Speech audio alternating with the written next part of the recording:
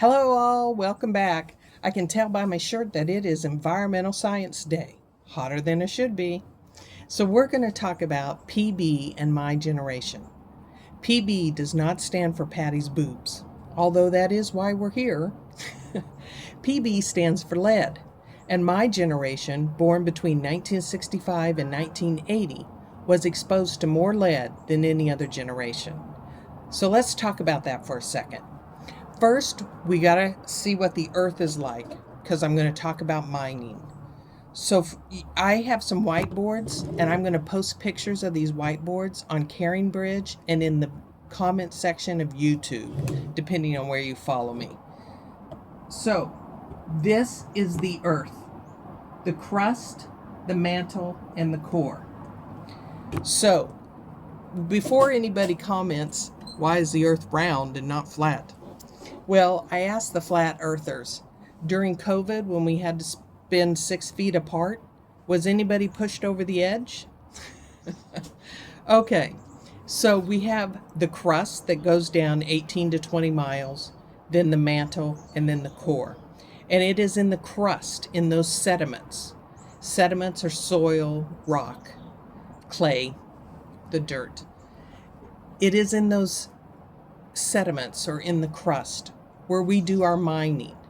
We mine for lead, zinc, coal, silver, gold. That's where our water is, our rock, everything we need, gemstones. That's where we get it. So we're going to talk about a few places that the EPA declared toxic and uninhabitable due to some mining years ago. And I'm just going to touch on it briefly. And you can go back and I'm going to give you some specials like PBS special things if you want to look it up. But lead is toxic. It affects our neurological system and it's also carcinogenic. And that's why we're here. We were exposed to more lead than any other generation because it wasn't until the late 90s that cars had to start using unleaded fuel. So we didn't have the internet. We got up in the morning, we watched cartoons, we had our cereal, and we ran outside to play. And we played outside all day long. And the cars were driving by, and we were breathing the air. So a lot of us, depending on where you live, unless you lived in the country, we were breathing lead gasoline fumes, okay? That's why we were exposed to a lot of lead. If you lived in an old house, you might have had lead in your paint. That has all since changed. So that's good. We mine lead because we use it in batteries. We use it in ammunition. X-rays machines. Lead is very dense and thick and it blocks bad radiation. So it's used in medical equipment like an X-ray machine. It is also used in some fishing equipment. Fishers use it. Their weights, when they want to sink to the bottom, their fishing line is a lead weight. So we use it for a lot of things. And until we find an alternative, we'll probably still keep mining for lead. Okay? But few things we need to understand. Now let's talk about Pitcher, Oklahoma real quickly, which was deemed uninhabitable by the EPA. It's a toxic town, probably 2 or 3 square miles. It's small. It's a spot in the road in northeastern Oklahoma. It's probably about 40 or 45 minutes south from where I grew up. And there's a lot of mines there. There's sinkholes there. The mines were in storms. Tornadoes came through. Dust got whipped up. The lead that was in the soil and sediments spread. It was also in these great big chat piles. Now, if you're not from the Midwest, a chat pile is a pile of gravel, okay? But they had hundreds of chat piles. And there was dust and the lead and got into the chat piles. Now, you can say, hey, I've never been to Oklahoma. What do I care? I don't drink that water and I don't breathe that air where the dust and everything is. The problem is those chat piles were sold all over this country. They sold those chat piles to people who mixed them with concrete and used them in construction. They used them in roads. Some used people bought them and used them in their driveway, or towns or counties bought them and used them just for chat or gravel road, if you've ever driven on one. So that's the problem. They're all over. There was a PBS special called The Creek Runs Red, and you might want to watch that, which will go into more depth about what I'm telling you. I'm just highlighting and touching some things. The Quapaw Nation, which is an Indian nation or an Indian tribe in Oklahoma. There's also the Cherokee Indians in Oklahoma. But the Quapaw Nation, they now own all that land. And last I heard, they were trying to revitalize that land. They were trying to make it non-toxic. The problem is that the lead has gotten into the water in that area. And lead can affect your neurological issues. It can make your IQ lower. It's also carcinogenic depending on how much lead you've been exposed to. So that's important. Things you can do, we're going to get to in just a minute if you live in an area or you believe you've been exposed to lead.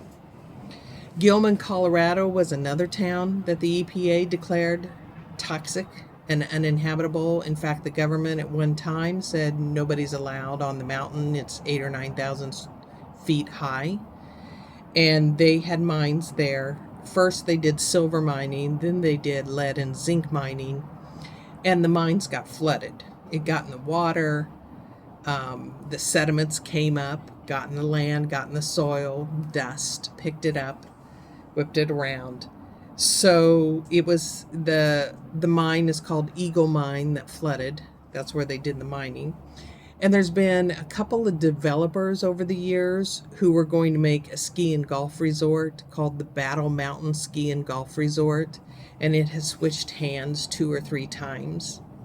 This is why I say it's really important to know your history, your country's history, and your geography.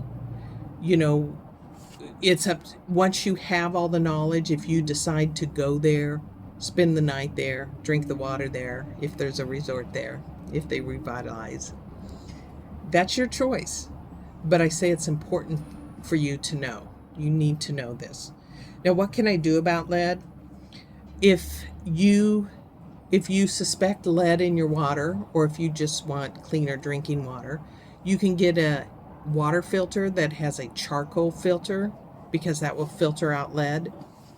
You can get osmosis water filter, which is a pitcher that you fill up with water. It sits on your cabinet or in your refrigerator, and when you push the button to dispense water, it goes through a system and it cleans the water.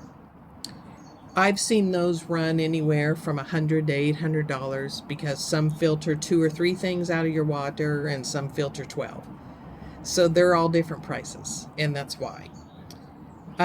You can take your shoes off if you've been out walking. Take your shoes off outside on your porch so you don't bring dust in, so you don't bring sediments in and whip up the dust. If you do walk in your house with shoes, I hope you have air purifiers that have a HEPA air filter. Not the type with just the light, but an air filter with a HEPA, an air purifier with an HEPA air filter. HEPA stands for High Efficiency Particulate Air, HEPA, because some things cannot get through that filter. Like when it sucks it in, it gets stuck in the filter, and then your clean air comes out. It cannot get through and come out in the clean air. And lead is one of them. Lead dust particles is one. So you can do things like that. So I want to try and keep these short. We're running at about 10 minutes now. I will be back with another environmental video. We're just going to touch on things, and I'll give you resources where you could look things up. The EPA also declared Centralia, Pennsylvania uninhabitable. But we're going to talk about that when we talk about coal and health issues with coal. So that's it for today. I will be back with my environmental shirt, and we'll just have a quick overview on the next video. Thanks so much for staying with me. Peace out.